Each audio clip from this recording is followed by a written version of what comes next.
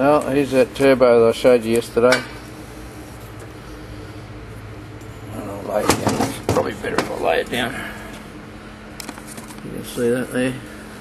It's on the exhaust side.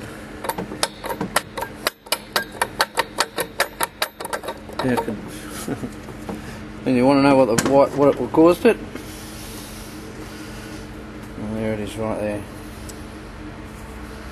Stuck in the banjo bolt on the oil feed. Big dollop of elastic. Oh well. Partially got him on now.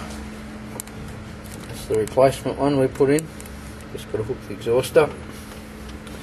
Put a few more bits and pieces on. But she'll be good. We'll go on to the next basket case. Have a good one, guys.